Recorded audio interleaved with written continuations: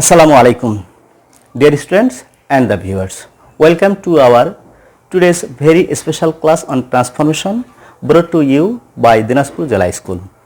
My dear student, today's class on transformation is only for you who are the students of class 9 to 12. But our class is specially arranged for the students of class 10.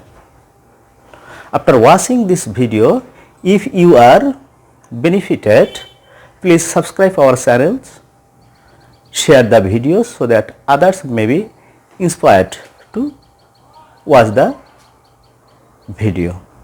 My dear students, I know most of our students are frightened when they hear the name of transformation on simple, compound and complex. But I promise, if you attend the class with attention, there is no hesitation on transformation, simple, compound and complex. Dear students, today I will discuss on transformation. I am with you, Muhammad Anisur Rahman, assistant teacher, Dinajpur Jela School, Sodor, Dinajpur. Dear students, before going to discuss the class, I would like to discuss on verb, phrase and participle and clause. My dear students, at first we will learn regarding verb. Verb. A verb is a word or a group of words that show what someone or something does. That means verb হচ্ছে একটি শব্দ বা শব্দগুচ্ছ যা দ্বারা কোনো কিছু করা বোঝায়। There are two kinds of verb. দুই প্রকার ভার্ব আছে, finite verb, non-finite verb. It is very important to know finite verb and non-finite verb if you want to transform the sentences. Finite verb কাকে বলে? Finite verb means সমাপিকা ক্রিয়া, non-finite verb means অসমাপিকা ক্রিয়া। Finite verb সমাপিকা ক্রিয়া কাকে বলে? A verb which has its complete meaning and which is limited by number and person of the subject and changes its form according to tenses is called finite verb. অর্থাৎ finite verb বা সমাপিকা verb হচ্ছে সেটা যার কি একটা সম্পূর্ণ অর্থ রয়েছে, অর্থাৎ যে নিজেই নিজের অর্থ প্রকাশ করতে পারে এবং যা সাবজেক্টের নাম্বার এবং পার্সন অনুযায়ী নিয়ন্ত্রিত এবং টেন্স অনুযায়ী এর ফর্মটা চেঞ্জ হয়ে যায়, সেটাই হচ্ছে ফিনিট ভার্ব। আমরা উদাহরণের সাহায্যে বুঝতে পারি। Example, you teach us English, he teaches us English. In the first sentence we find that you teach us English. আমরা দ্বিতীয় সেন্টেন্সে সাবজেক্টটাকে চেঞ্জ করেছি, শুধু এখানে হি লিখেছি, অর্থাৎ এখানে ছিল সেকেন্ড পারসন, এখানে থার্ড পারসন, অর্থাৎ পারসনটাকে শুধু চেঞ্জ করেছি, তারপর এটা পরিবর্তিত হয়েছে টিচেস। তারপর 3 নম্বর সেন্টেন্সে আমরা টেন্সটা চেঞ্জ করেছি, হি টট আস ইংলিশ, অর্থাৎ এখানে টেন্স পারসন নাম্বার অনুযায়ী পরিবর্তিত হচ্ছে এই ভার্বটা, সুতরাং এটা হচ্ছে ফিনিট ভার্ব। আবার the farmers are working in their field. Mohsin always helps the poor. You know me well. All the verbs are finite verb. Next, non-finite verb. A verb which does not have its complete meaning and which is not limited by number and person of the subject and does not change its form according to tenses is called non-finite verb.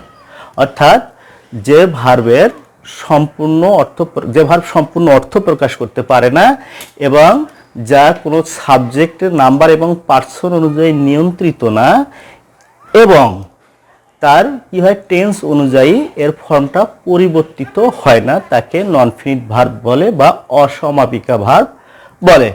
যেমন, I saw you going to school. Here, going, non-finite verb. As I saw you, আমি তোমাকে দেখলাম going to school, স্কুলে যেতে। অর্থাৎ এখানে যদি আমরা টেন্সটাকে চেঞ্জ করি তাহলে এটা পাস্ট টেন্স আছে, যদি আমরা প্রেজেন্ট টেন্সে বলি তাহলে I see you going to school. Past টেন্সে I saw you going to school, only see or saw is changed and going verb remains unchanged. সুতরাং এই আনচেঞ্জড ভার্বটা গোয়িংটা হচ্ছে নন ফিনিট ভার্ব। আবার আসি seeing the police the thief ran away, here seeing is non finite verb. He want to go to Dhaka, to go non finite verb. The habits formed in student life influence the later phase of life, here formed is non finite verb. As if we change the tense, only the verb influence will be changed. That means if we transform this sentence into future one, the sentence will be the habits formed in the student life will change the later phase of life. এখানে will change, that means এখানে পরিবর্তনটা হবে, এখানে formed এরকমই থাকবে। সুতরাং এটা হচ্ছে non finite verb. Next we will learn regarding phrase. Phrase কি? A phrase is a group of words without having subject and finite verb and gives a particular meaning playing the role of a single part of speech in a sentence. অর্থাৎ phrase হচ্ছে শব্দগুচ্ছ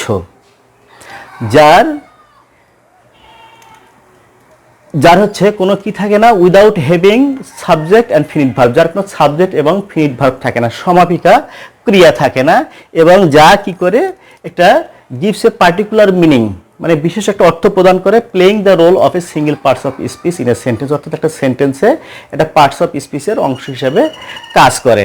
যেমন আমরা উদাহরণে যদি বলি, the students left the place in a body, এখানে in place of in a body we can use together. সুতরাং টুগেদারের পরিবর্তে এই শব্দগুচ্ছ ব্যবহার হয়েছে। The students left the place in a body, তো ইন এ বডি এখানে হচ্ছে ফ্রেজ শব্দগুচ্ছ, এখানে অ্যাডভার্বের কাজটা করতেছে, টুগেদারের পরিবর্তে এখানে ইন এ বডি ব্যবহার হয়েছে। In spite of his illness, in spite of his illness he did not attend the meeting, here in spite of শব্দগুচ্ছ, এই শব্দগুচ্ছটা কি করেছে, ফ্রেজের কাজ করতেছে। A hard working man can succeed in life, a hard working man, here a hardworking man is noun and use as subject this noun, so this is a noun phrase. অর্থাৎ parts of স্পিচের একটা অংশ হিসেবে কাজ করে শব্দগুচ্ছ, সেটাই হচ্ছে phrase, এবং যে পার্টস অফ স্পিচের কাজ করবে যে শব্দগুচ্ছটা সেটাকে সেই পার্টস অফ স্পিচ বলা হবে। যেমন ধরেন এখানে নাউন হিসেবে ব্যবহার হয়েছে এ হার্ড ওয়ার্কিং ম্যান, সুতরাং এটা হচ্ছে নাউন ফ্রেজ। এখানে প্রিপোজিশন হিসেবে ব্যবহার হয়েছে, এখানে প্রিপোজিশনাল ফ্রেজ। এখানে অ্যাডভার্ব হিসেবে ব্যবহার হয়েছে, এটা adverbial phrase. Okay, now clause. Clause is a part of a larger sentence having a subject and a finite verb. অর্থাৎ ক্লজ হচ্ছে কোনো একটা বড় সেন্টেন্সের একটা অংশ যেখানে একটা ফিনিট ভার্ব থাকে এবং একটা সাবজেক্ট থাকে। অবশ্য সাবজেক্ট মাঝে মাঝে উজ্জ্বল থাকতে পারে। যেমন এখানে উদাহরণ, I know the man who comes here, here clause is I know the man, here finite verb হচ্ছে নো এবং সাবজেক্ট হচ্ছে I. In this part comes here, here verb হচ্ছে কামস ফিনিট ভার্ব এবং এখানে সাবজেক্ট উজ্জ্বল আছে, হু এখানে subject হিসেবে ব্যবহার হয়েছে। I don't know when he will come, আমি জানি না কখন সে আসবে, এখানে I don't know, here finite verb don't know, এখানে উইল কাম ফিনিট ভার্ব। সুতরাং এটা হচ্ছে clause. As he is active he can shine in life, এখানে হি ইজ অ্যাক্টিভ হচ্ছে একটা ক্লজ, আর he can shine in life এটা একটা clause. Here I went to him but could not find, this is also there are two clauses, I went to him, could not find. Next, classification of sentence. According to structure, there are three kinds of sentence. They are simple sentence, complex sentence, and compound sentence.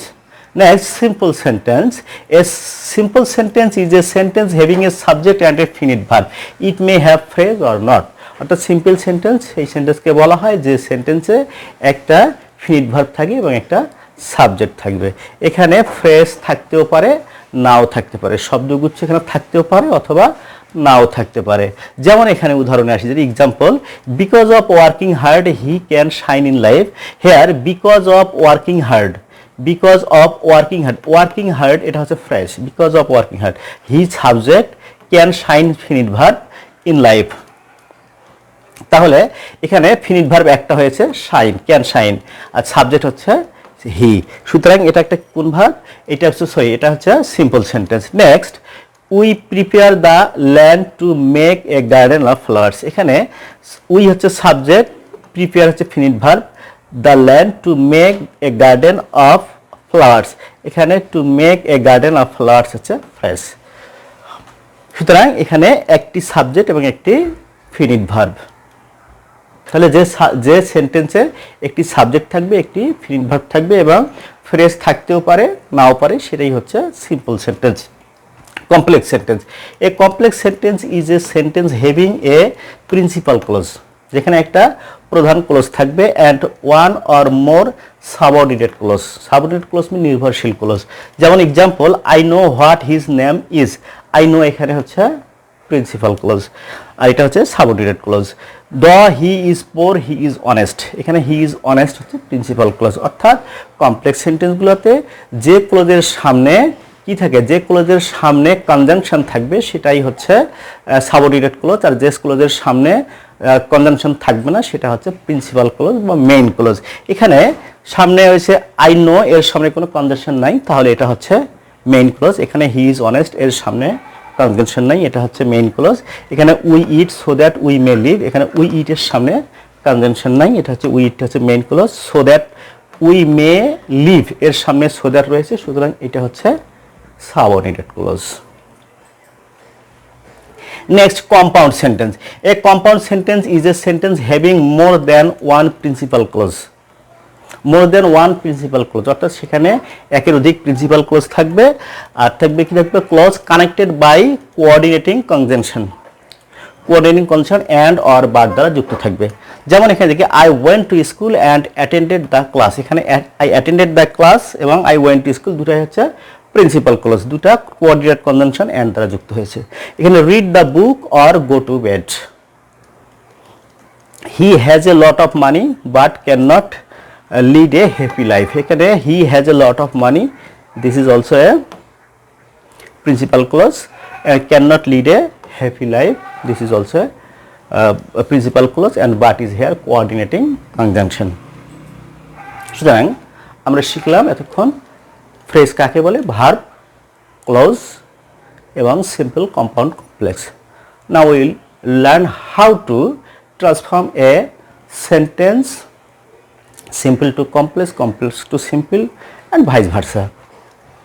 Next, rule 1, complex, simple, compound. Here, though, although, complex, simple, in spite of, despite, compound, but. অর্থাৎ একটি sentence যদি complex sentence যদি দো although থাকে এবং এটাকে যদি simple করতে বলে তাহলে আমরা ইনস্পাইট অফ, ডিসপাইট দ্বারা সিম্পল করব, এবং কম্পাউন্ড করতে বললে বাট দ্বারা কম্পাউন্ড করব।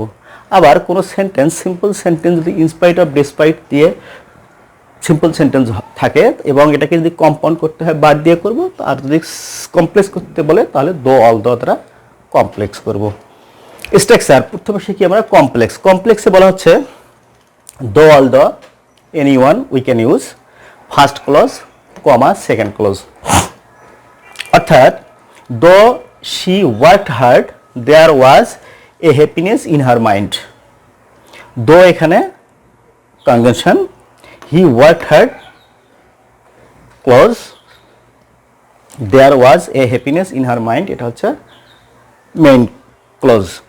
Though he has intellect, he can do wrong. Though he has intellect, he can do wrong. Next, আমরা সিম্পল শিখবো।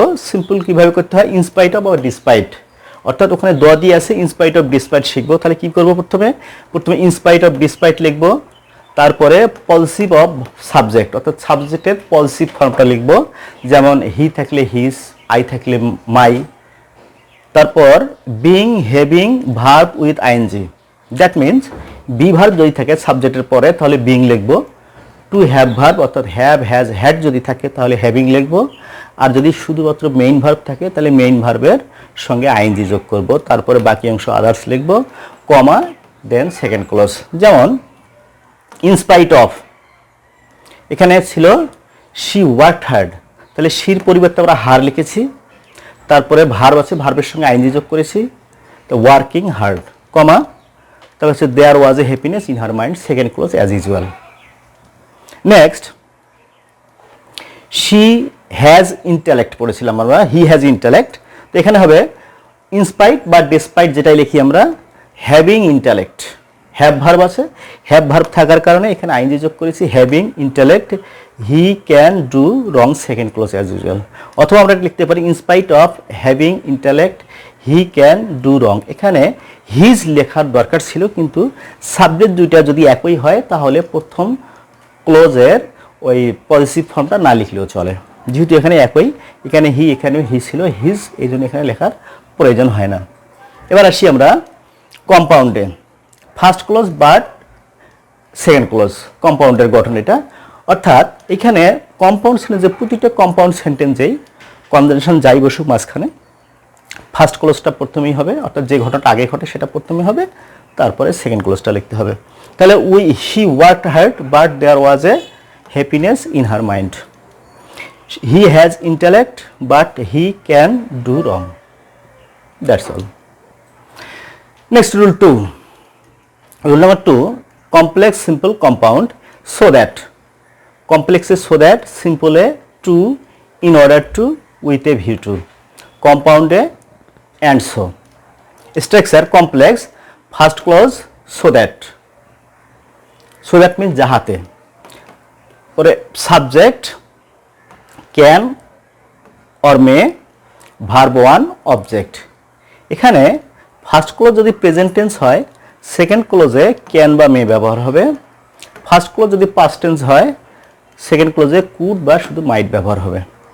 যেমন উদাহরণ, we use mobile so that we can make communication, আবার they needed flowers so that they could decorate their houses.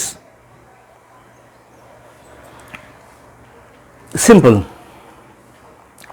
First clause to, in order to, verb one of second clause plus others, অর্থাৎ first clause লিখব, to অথবা in order two লিখব, তারপরে হচ্ছে verb one of second clause, অর্থাৎ second ক্লোজের verb one লিখব, তারপরে others লিখব।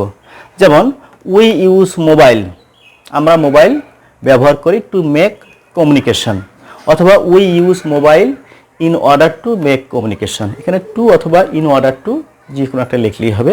শুধু দ্বিতীয়টার ক্ষেত্রে we needed flowers with a view two, with a view two যদি বসাই তাহলে আমরা ভার্বের সঙ্গে আইএনজি যোগ করব, decorating their. Next structure compound, first clause and so second clause, we use mobile and so we can make communication, we needed flowers and so they could decorate their houses, that's all.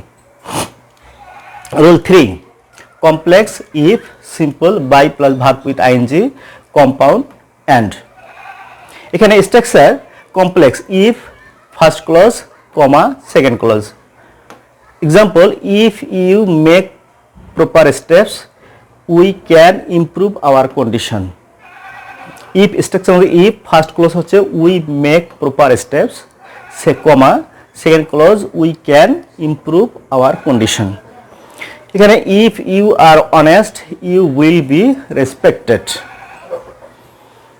এখানে আসে সিম্পলে লিখতে বলা হচ্ছে by, যদি if দিয়ে থাকে তাহলে আমরা লিখব by, by verb one with ING, তারপর হচ্ছে আদার্স প্লাস সেকেন্ড ক্লোজ, অর্থাৎ প্রথমে বাই লিখলাম বাই, তারপরে টেকিং ভার্বের সঙ্গে আইএনজি যোগ ফার্স্ট ক্লোজের, taking proper steps you can improve our condition, by being honest ভার্বের সঙ্গে আইএনজি যোগ, by being honest you will be respected.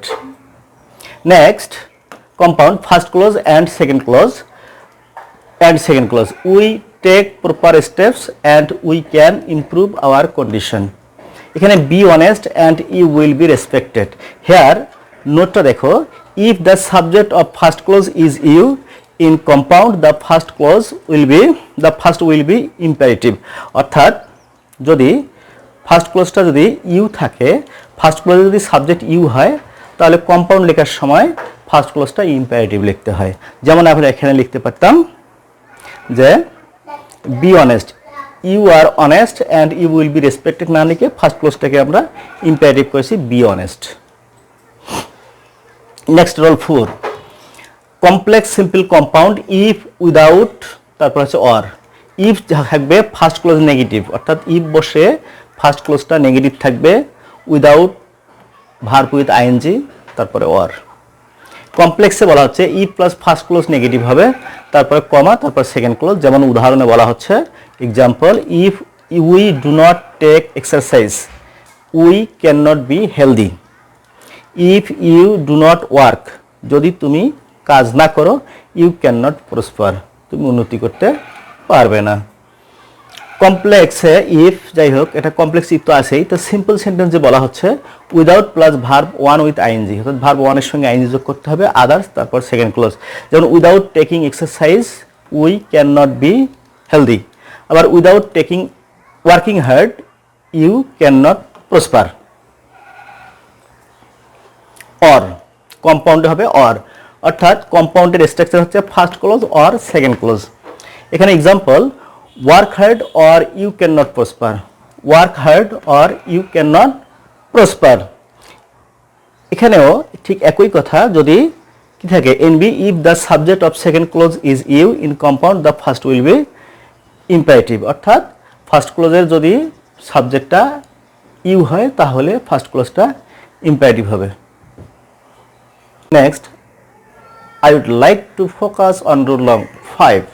Here, complex unless, simple without, compound or. Complex first clause affirmative. Structure complex unless first clause plus comma plus second clause. Example, unless you work hard, you cannot prosper. Unless you read attentively, you cannot make a good result. My dear students, simple হবে without plus verb one with ing plus others plus second clause. যেমন without working hard you cannot prosper, আর without reading attentively you cannot make a good result. Compound the first clause or second clause. Here work hard or you cannot prosper, read attentively or you cannot make a good result. Here the same rule, first clause যদি সাবজেক্টটা you হয়, তাহলে first ক্লোজটি imperative করতে হয় কম্পাউন্ডে। সুতরাং আমরা এখানে work hard, read attentively imperative sentence করেছি। নাও রুল নং 6, complex as, since, because, simply because of, compound and. Here structure complex as, since, first clause cause, অর্থাৎ কারণ, ফার্স্ট ক্লোজটা কারণযুক্ত হবে, plus comma plus second clause, অর্থাৎ as, since, because দ্বারা যদি দুইটা ক্লোজ যুক্ত থাকে এবং ফার্স্ট ক্লোজটা কারণযুক্ত হয়, তাহলে কি হবে? এখন উদাহরণটা আমরা আগে দেখে নেই। As he is ill he can not go to school, as he is ill he can not go to school, এখানে as he is ill, this is cause. তো since many they played well they won the game, since they played well, this is cause, they played well, ভালো খেলার কারণেই তারা জয়লাভ করেছে। এবার আসি আমরা সিম্পলি বিকজ অফ, সিম্পল হবে because of, positive of subject being, having, verb one with ING, other, second clause. অর্থাৎ ঠিক আগের মতোই বিকজ অফের পরে সাবজেক্টের পজিটিভ ফর্ম করতে হবে। পজিটিভ ফর্ম কোনটা? পজিটিভ ফর্ম হচ্ছে যেমন মাই থাকলে আই থাকলে মাই, হি থাকলে হিজ, দে থাকলে দেয়ার। তারপরে হচ্ছে বিং, অর্থাৎ বি ভার্ব থাকলে বিং, হ্যাভ ভার্ব থাকলে হ্যাভিং, আর যদি মূল ভার্ব থাকে তাহলে ভার্বের সঙ্গে আইএনজি যোগ, তারপর আদার্স, তারপর সেকেন্ড ক্লোজ। যেমন because of his being ill, his being ill, এই যে আমরা হি ছিল হিজ করেছি, তারপরে ইজ আছে, ইজটাকে বিং করেছি, তারপরে ইল, তো he can not go to school. Because of playing well, এখানে মেইন ভার্ব আছে প্লে, এই জন্য because of playing well they won the game. Compound, first clause and second clause, তাহলে কি হবে? He is ill and he can not go to school, তারপর they played well and they won the game.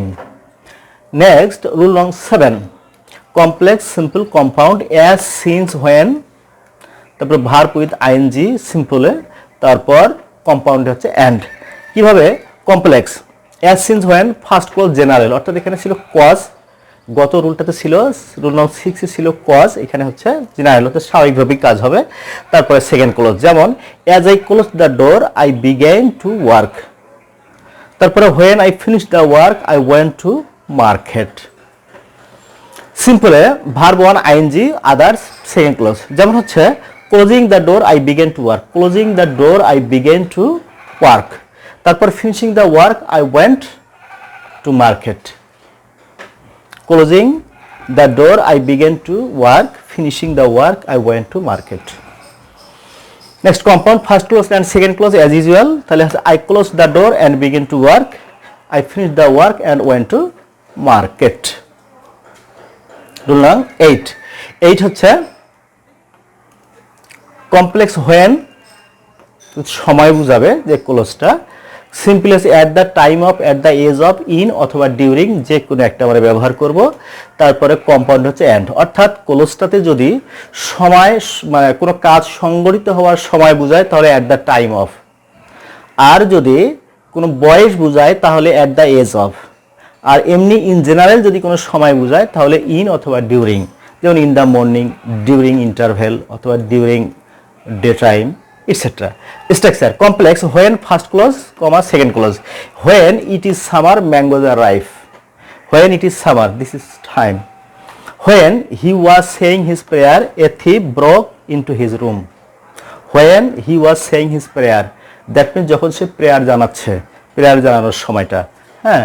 তারপরে বলা হচ্ছে simply at the time of, at the age of, during time অথবা verb with ING যোগ, অর্থাৎ যদি কোনো সময়, যদি কোনো কার্য সংগঠিত হওয়ার সময় বোঝায় তাহলে অ্যাট দ্য টাইম অফ, তারপরে কার্যর ভার্বের সঙ্গে প্রেজেন্ট ফর্মের সঙ্গে আইএনজি যোগ।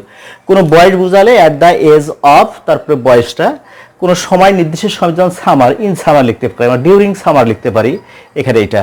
তারপরে হচ্ছে সময়টা, example in summer mangoes are ripe, ওখানে ছিল কি when it is summer mangoes are ripe, simple আমরা করতেছি in summer mangoes are ripe. At the time of saying his prayer, এই যে কার্য সময় হওয়ার সময়টা বোঝালে তাহলে at the time of saying his prayer a thief broke into his room. Next structure compound, first clause and second clause as usual, এখানে হচ্ছে it is summer and mangoes are ripe, he was saying his prayer and a thief broke into his room. Next rule number 9, complex simple compound relative pronoun adjective plus noun, this is very important, and compound হচ্ছে and। এখানে দেখি আমরা noun, শুধুমাত্র এখানে একটু স্মরণ রাখতে হবে যে সিম্পল সেন্টেন্স দেখবো অথবা কমপ্লেক্স, কমপ্লেক্স থেকে যদি সিম্পল করতে বলে অথবা সিম্পল থেকে কমপ্লেক্স করতে বলে দেখবো যে কমপ্লেক্সে রিলেটিভ প্রোনাউন আছে নাকি আর সিম্পলে অ্যাডজেক্টিভ প্লাস নাউন আছে নাকি। যদি অ্যাডজেক্টিভ প্লাস নাউন থাকে, যে অংশটা শুধু অ্যাডজেক্টিভ প্লাস নাউন থাকবে সেই অংশটুকুতেই নাউনটা লিখবো, তারপর আর মানে রিলেটিভ প্রোনাউন, ব্যক্তি হলে হু, বস্তু হলে হুইচ বা দ্যাট, তারপরে বি ভার্ব যদি দরকার হয় বি ভার্ব অথবা ভার্বটা নিজেই, তারপর হচ্ছে অ্যাডজেক্টিভ বা কমপ্লিমেন্টটা লিখবো আমরা। যেমন example A boy who is industrious, A boy who is industrious can shine in life, A boy who is industrious can shine in life. এখানে হচ্ছে এ বয় নাউন, এই যে হু রিলেটিভ প্রোনাউন, তারপরে বি ভার্ব হচ্ছে ইজ, তারপর হচ্ছে অ্যাডজেক্টিভটা বসলাম industrious, can shine in life. Gold is a metal which is precious, gold is a metal which is precious, এখানে শেষে চলে আসছে এ মেটাল নাউন, হ্যাঁ, তারপরে হুইচ হচ্ছে রিলেটিভ প্রোনাউন, তারপরে ইজ হচ্ছে বি ভার্ব, প্রিসিয়াস অ্যাডজেক্টিভ, এভাবে হয়ে যায়। তারপরে আমরা সিম্পলে দেখি নাউন প্লাস অ্যাডজেক্টিভ, অর্থাৎ যেখানে নাউন প্লাস অ্যাডজেক্টিভ হবে শুধুমাত্র, যেমন অ্যান ইন্ডাস্ট্রিয়াস বয়, এটাকে আমরা কি লিখেছিলাম a boy who is industrious, এখানে an industrious boy can shine in life, gold is a precious metal, very very easy. আচ্ছা নেক্সট কম্পাউন্ডে first clause and second clause, যেমন the boy is industrious and he can shine in life, gold is a metal and it is precious.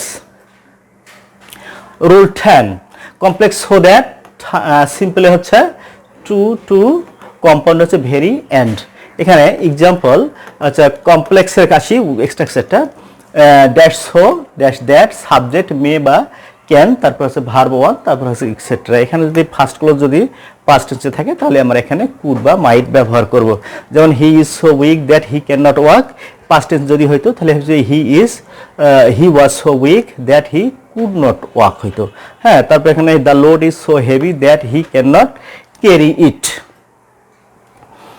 Simple বলা হচ্ছে to two verb one বাকি অংশ তাহলে এখানে কি he is too weak to walk অর্থাৎ এখানে যেখানে সো ছিল সোর পরিবর্তে আমরা টু বসিয়েছি এই সোর পরিবর্তে টু বসিয়েছি আর দ্যাটের জায়গায় আমরা টু বসিয়েছি এবং দ্যাটের সঙ্গে যে সাবজেক্ট এবং অক্সিলারি ভার্ব ছিল সেটাকে উঠাই দিয়েছি শুধু টু বসার পরে ভার্বের প্রেজেন্ট ফর্ম থেকে বাকি অংশ লিখেছি তাহলে he is too weak to walk next sentence the load is too heavy too heavy পর্যন্ত পড়ছে ফর হিম বসালাম কেন ফর হিম হলো এই কারণে যে দুইটা সেন্টেন্সের সাবজেক্টটা ভিন্ন ধরনের অর্থাৎ এখানে দ্য লোড আর ওখানে হি এই কারণে ওই সাবজেক্টের সামনে ফর এবং ওই সাবজেক্টের অবজেক্টিভ ফর্মটা এখানে বসেছে তারপরে টু বসেছি ক্যারি ইট অর্থাৎ এই নিয়ম অনুসারে হতো the load is too heavy to carry it কিন্তু এখানে সাবজেক্ট যেহেতু ভিন্ন সেহেতু ওই সাবজেক্ট ভিতরে ভিন্ন কারণে ফর প্লাস ভার্বের অবজেক্টিভ ফর্মটা এখানে বসেছে তাহলে হয়েছে the load is too heavy for him to carry it